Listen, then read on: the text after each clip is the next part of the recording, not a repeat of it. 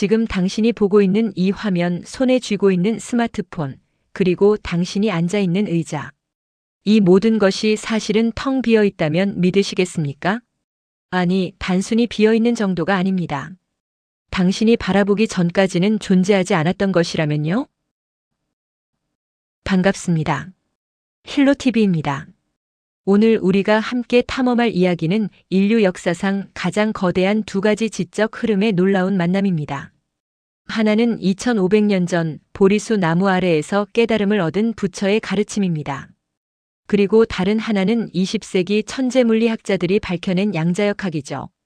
전혀 다른 시대, 전혀 다른 언어로 쓰인 이 두 세계는 놀랍게도 소름 끼치도록 같은 이야기를 하고 있습니다. 바로 우리가 생각하는 현실은 실제하지 않는다는 것입니다. 노벨 물리학상을 받은 베르너 하이젠베르크는 이렇게 고백했습니다. 나는 동양 철학에서 물리학의 거대한 통찰을 얻었다. 세계적인 물리학자들은 왜 불교 경전을 읽고 소름이 돋았다고 말했을까요? 그들은 우리가 복잡한 수식으로 겨우 알아낸 것을 부처는 이미 알고 있었다며 경탄했습니다. 혹시 이런 생각 해보신 적 있으신가요? 왜 내 인생은 내 뜻대로 되지 않을까? 왜 나는 늘 불안하고 무력한 걸까? 만약 이 모든 고통의 근원이 우리가 세상을 잘못 보고 있기 때문이라면요? 아인슈타인을 당황하게 만들고 부처를 미소 짓게 만들었을 우주의 진실. 지금부터 과학과 철학의 경계를 허무는 놀라운 여행을 함께 떠나보겠습니다. 텅 빈 우주의 비밀. 색즉시공. 색즉시공 공즉시색. 반야심경에 나오는 아주 유명한 구절이죠. 물질적 현상은 실체가 없으며 실체가 없는 것이 곧 물질적 현상이다. 오랜 세월 동안 이 말은 그저 종교적인 은유 혹은 철학적인 수사로만 여겨졌습니다. 하지만 현대 물리학은 이것이 단순한 비유가 아니라 차가운 물리적 사실임을 증명해냈습니다. 우리 몸을 포함한 모든 물질은 원자로 이루어져 있습니다. 이 원자의 구조를 한번 들여다볼까요? 만약 원자핵을 잠실 야구장 한가운데 놓인 축구공이라고 가정해 봅시다. 그럼 전자는 어디쯤 있을까요? 전자는 야구장 관중석 꼭대기 어딘가를 돌고 있는 아주 작은 먼지 한 톨에 불과합니다. 그럼 축구공과 먼지 사이, 그 거대한 야구장 공간에는 무엇이 있을까요? 놀랍게도 아무것도 없습니다. 완벽한 진공이죠. 원자 내부는 99.999999%가 비어 있습니다. 이게 얼마나 허무한 수치냐면요. 만약 인류 전체 80억 명의 몸에서 빈 공간을 억지로 다 빼내고 알맹이만 모은다면 그 크기는 각설탕 하나 크기밖에 안 됩니다. 그렇다면 우리는 왜 서로를 만질 때 단단함을 느낄까요? 왜 의자를 뚫고 바닥으로 떨어지지 않을까요? 그건 물질이 꽉 차 있어서가 아닙니다. 원자 껍질에 있는 전자들끼리 서로 밀어내는 전자기적 반발력 때문입니다. 당신이 의자에 앉아 있을 때 사실 당신은 의자에 닿아 있는 게 아닙니다. 당신의 엉덩이 원자와 의자의 원자가 아주 미세한 간격을 두고 공중 부양하고 있는 셈이죠. 양자역학이 밝혀낸 것처럼 물질의 가장 작은 단위로 들어가면 고체는 사라지고 에너지의 파동만 남습니다. 물질과 에너지는 같은 것의 다른 형태입니다. 빅뱅 이론은 말합니다. 처음에는 순수한 에너지만 있었다고. 그 에너지가 식으면서 입자가 생겨났고 입자들이 모여 원자가 되었고 원자들이 모여 별이 되었고 별 속에서 무거운 원소들이 만들어졌고 그것들이 모여 우리가 되었습니다. 결국 물질은 텅 비어 있습니다. 하지만 그 비어 있음 속에서 에너지가 춤을 추며 물질이라는 환상을 만들어냅니다. 이것이야말로 2500년 전 부처가 설파한 색즉시공의 현대적 증명이 아닐까요? 관찰이 현실을 만든다. 일체유심조. 하지만 불교와 양자역학의 만남은 단순히 비어있다는 것에서 끝나지 않습니다. 더 충격적인 이야기는 바로 관찰에 관한 것입니다. 불교에는 일체유심조라는 말이 있습니다. 모든 것은 마음이 지어낸다는 뜻이죠. 세상은 내 마음 밖에 객관적으로 존재하는 것이 아니라 내 인식이 만들어낸 결과물이라는 겁니다. 과학자들은 처음에 이 말을 비웃었습니다. 내가 달을 보지 않는다고 저 하늘에 달이 존재하지 않는다는 말이냐?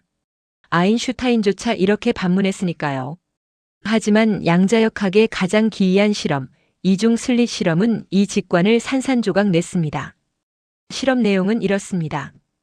아주 작은 입자인 전자를 두 개의 구멍을 향해 쏩니다. 우리가 눈을 감고 전자가 어느 구멍으로 들어가는지 보지 않을 때 전자는 마치 물결처럼 행동하며 동시에 두 구멍을 통과합니다. 하지만 놀랍게도 우리가 카메라를 설치해서 자, 어느 구멍으로 들어가는지 지켜보겠어라고 마음먹는 순간 전자는 마치 누가 보고 있다는 걸 눈치챈 것처럼 갑자기 행동을 바꿉니다. 파동의 성질을 버리고 알갱이처럼 변해 딱 하나의 구멍만 통과해버립니다. 이것을 관찰자 효과라고 부릅니다. 1900년 막스 플랑크는 빛이 연속적인 파동이 아니라 아주 작은 입자들의 흐름이라는 사실을 발견했습니다. 그리고 하이젠베르크는 불확정성 원리를 발견했죠. 전자의 위치를 측정하려면 빛을 쏘아야 하는데 빛을 쏘는 순간 전자가 다른 곳으로 튀어버립니다. 마치 은행에서 잔고를 확인하는데 확인하는 순간 잔고가 달라지는 것과 같습니다. 아무리 정밀하게 측정해도 전자의 위치와 속도를 동시에 정확히 알 수 없습니다. 이것은 기술의 한계가 아닙니다. 자연의 근본적인 법칙입니다.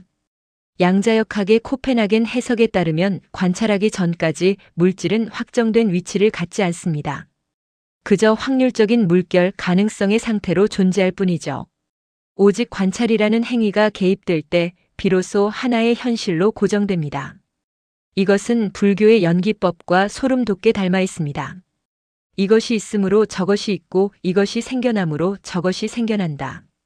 관찰자인 나와 관찰 대상인 세계는 분리된 남남이 아닙니다. 내가 바라봄으로써 세계가 결정됩니다. 양자역학은 우리에게 이렇게 말하는 듯합니다. 객관적인 현실 따위는 없다. 너와 상호작용하는 현실만이 존재할 뿐이다. 부처의 깨달음과 관계의 세계. 2500년 전 한 왕자가 보리수 나무 아래에서 깨달았습니다. 부처는 모든 것은 공하다고 말했습니다. 즉 고정된 본질이 없다는 뜻이죠. 물 한 그릇을 생각해 보세요. 인간에게는 물이지만 물고기에게는 집입니다. 보는 이와의 관계에 따라 세상은 달라집니다. 부처는 제자들에게 수레의 비유를 들려줍니다. 수레는 바퀴와 축이 모여서 만들어지죠. 그런데 수레를 분해해서 부품 하나하나를 놓고 보면 어디에도 수레는 없습니다. 부품들이 특정한 관계를 맺을 때만 수레라는 개념이 생겨나는 겁니다. 우리 몸도 마찬가지입니다. 뼈와 근육과 피부와 장기가 모여서 신체를 이루지만 어느 하나를 떼어놓고 보면 그것은 나가 아닙니다. 그렇다면 나라는 존재의 본질은 어디에 있을까요? 부처는 말합니다. 고정된 나는 없다. 나는 끊임없이 변하는 관계의 망 속에서만 존재한다. 금강경에는 이런 구절이 있습니다. 모든 것은 꿈과 같고 환상과 같고 그림자와 같다. 이것은 세상이 허무하다는 뜻이 아닙니다. 모든 것이 관계 속에서만 존재하며 독립적인 실체는 없다는 뜻입니다. 갈대 한 개는 혼자 설 수 없습니다. 다른 갈대와 서로 기대어야만 갈대 묶음이 설 수 있죠. 이것이 바로 상이상입, 서로 침투한다는 개념입니다. 수소 원자 두 개와 산소 원자 하나가 만나 물이 됩니다. 그런데 물의 성질은 수소나 산소 어디에도 없던 새로운 것입니다. 완전히 새로운 존재가 관계 속에서 탄생하는 거죠. 화엄경의 법장 스님은 이렇게 말씀하셨습니다. 석가래가 곧 집이다. 무슨 뜻일까요? 석가래 하나를 떼어놓으면 그냥 나무 조각입니다. 하지만 그것이 집의 특정 위치에 있을 때 집 전체가 그 석가래 하나에 다 들어가 있습니다. 하나 안에 전체가 있고 전체 안에 하나가 있습니다. 연결된 우주. 인드라망과 양자 얽힘. 불교 화엄경에는 인드라망이라는 아름다운 비유가 나옵니다. 우주는 거대한 보석 그물과 같습니다. 그 그물의 매듭마다 보석이 박혀 있는데 이 보석 하나하나에는 다른 모든 보석의 빛이 반사되어 비치고 있다는 겁니다. 즉, 우주의 모든 존재는 서로 연결되어 있으며 티끌 하나 속에 우주 전체가 들어있다는 사상입니다. 아인슈타인은 죽을 때까지 이 개념을 받아들이지 못했습니다. 그는 이것을 유령 같은 원격 작용이라며 조롱했죠. 하지만 이것은 양자 얽힘이라는 현상으로 증명되었습니다. 한 번 짝을 이룬 두 입자는 우주 끝과 끝까지 떨어져 있어도 신비하게 연결됩니다. 한쪽 입자가 오른쪽으로 회전하기로 결정되는 순간 100억 광년 떨어진 반대쪽 입자는 그 즉시 왼쪽으로 회전합니다. 빛의 속도보다 빠르게, 아니, 시간의 지체 없이 즉각적으로 말이죠. 이 말도 안 되는 현상은 2022년 노벨 물리학상을 통해 다시 한번 완벽한 사실로 인정받았습니다. 독립적으로 존재하는 입자는 없습니다. 모든 것은 보이지 않는 끈으로 얽혀 있습니다.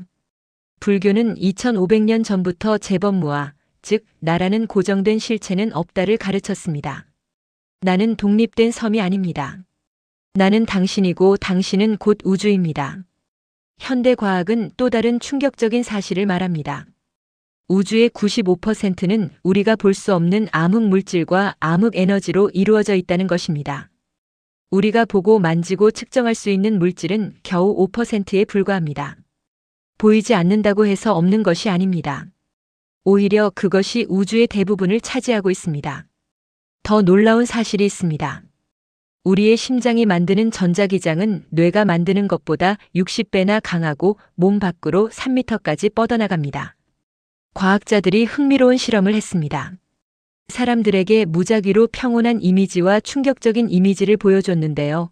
놀랍게도 심장은 이미지가 화면에 나타나기 몇 초 전에 이미 반응했습니다. 뇌보다 3초나 먼저요. 이것은 무엇을 의미할까요? 심장은 단순히 피를 펌프질하는 물리적 장기가 아니라 정보를 받아들이는 안테나 같은 역할을 한다는 겁니다. 우리가 의식적으로 생각하기 전에 이미 보이지 않는 정보의 장에 연결되어 있는 거죠. 우리는 단순한 물질 덩어리가 아닙니다. 우리는 에너지이고 진동이고 파동입니다. 상보성의 원리. 동양과 서양의 만남. 닐스 보어라는 위대한 물리학자는 노벨상을 받은 뒤 자신의 가문장을 정해야 했습니다. 보통 사람들은 사자나 독수리 같은 것을 넣지만 보어는 음양의 태극 문양을 선택했습니다. 왜 그랬을까요? 태극 문양을 보면 검은색과 흰색이 서로를 감싸며 끊임없이 순환합니다. 검은색 안에는 흰 점이, 흰색 안에는 검은 점이 있죠. 이것은 대립이 아닙니다. 상보성입니다. 서로를 보완하고 서로 안에 들어있고 서로가 서로를 만드는 관계입니다. 빛도 마찬가지입니다. 파동과 입자, 이 둘은 대립하는 것이 아닙니다. 하나의 실제가 두 가지 얼굴을 가진 것이죠. 보어는 이것을 상보성의 원리라고 불렀고 태극 문양이 그것을 완벽하게 표현한다고 생각했습니다. 물리학자 데이비드 봄은 1980년대 크리슈나무르티와의 대화를 통해 이 사유를 더욱 확장했습니다.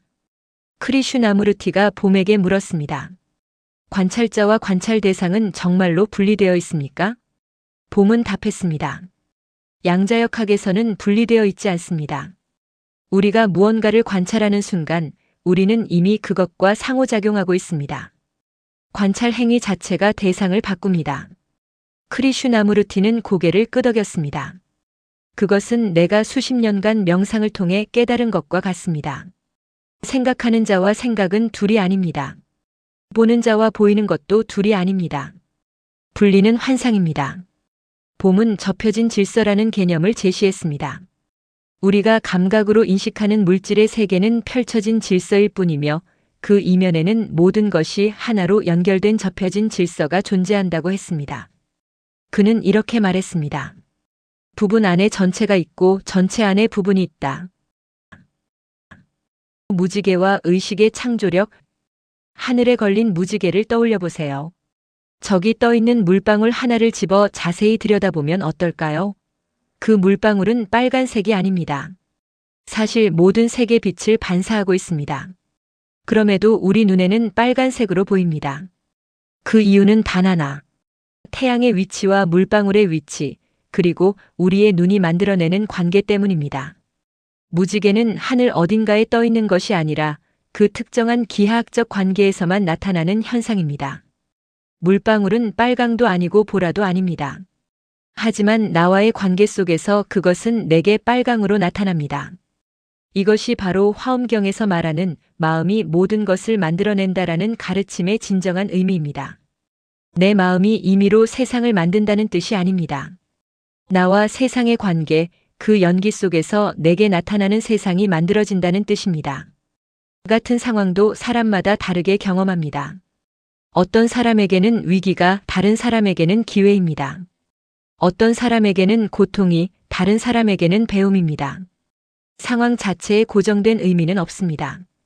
우리와의 관계 속에서 의미가 생겨납니다.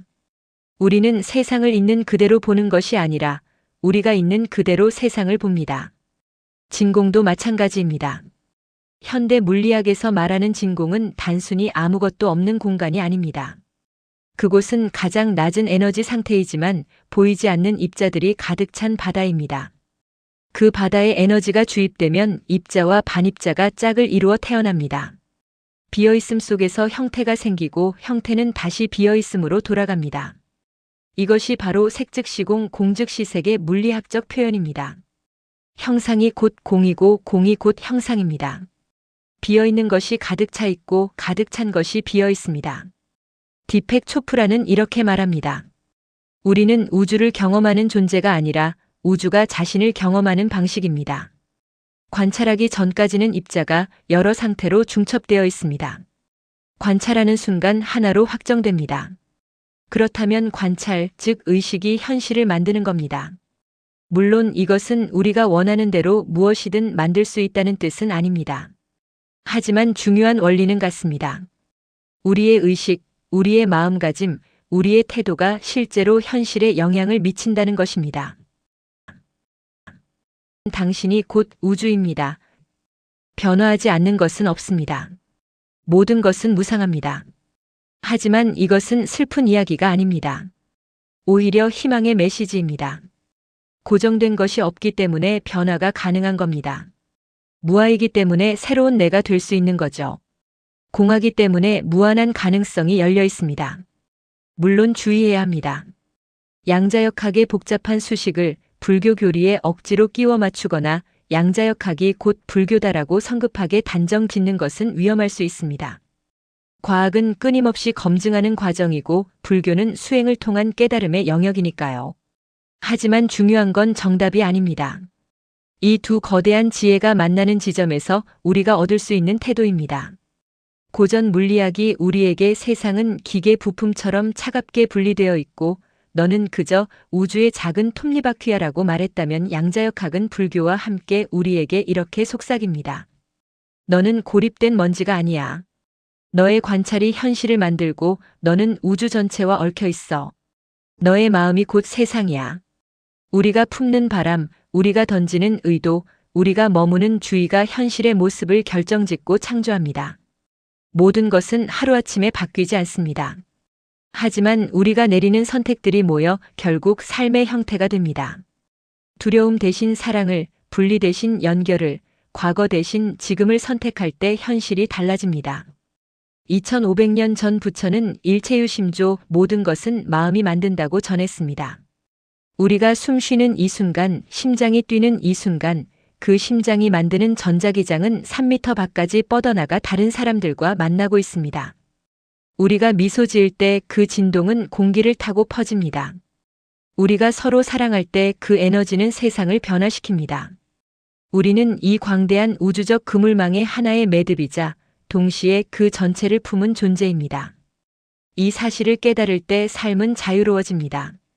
세상은 우리가 생각한 것보다 훨씬 더 신비롭고 아름답고 깊게 연결되어 있습니다. 지금 이 순간 당신의 마음은 어떤 파동을 내보내고 있나요? 당신이 바라보는 세상은 어떤 모습으로 굴어지고 있나요? 현실은 환상이지만 그 환상을 빚어내는 조각가는 바로 당신입니다. 당신이 곧 우주이기 때문입니다. 지금 이 순간 우리가 숨쉬고 있다는 사실 자체가 기적입니다. 137억 년의 우주 역사가 모여 만들어낸 놀라운 순간입니다. 세상의 비밀은 복잡한 수식 속에 있지 않습니다. 그것은 지금 여기 우리의 의식 속에 존재합니다. 시청해 주셔서 대단히 감사합니다.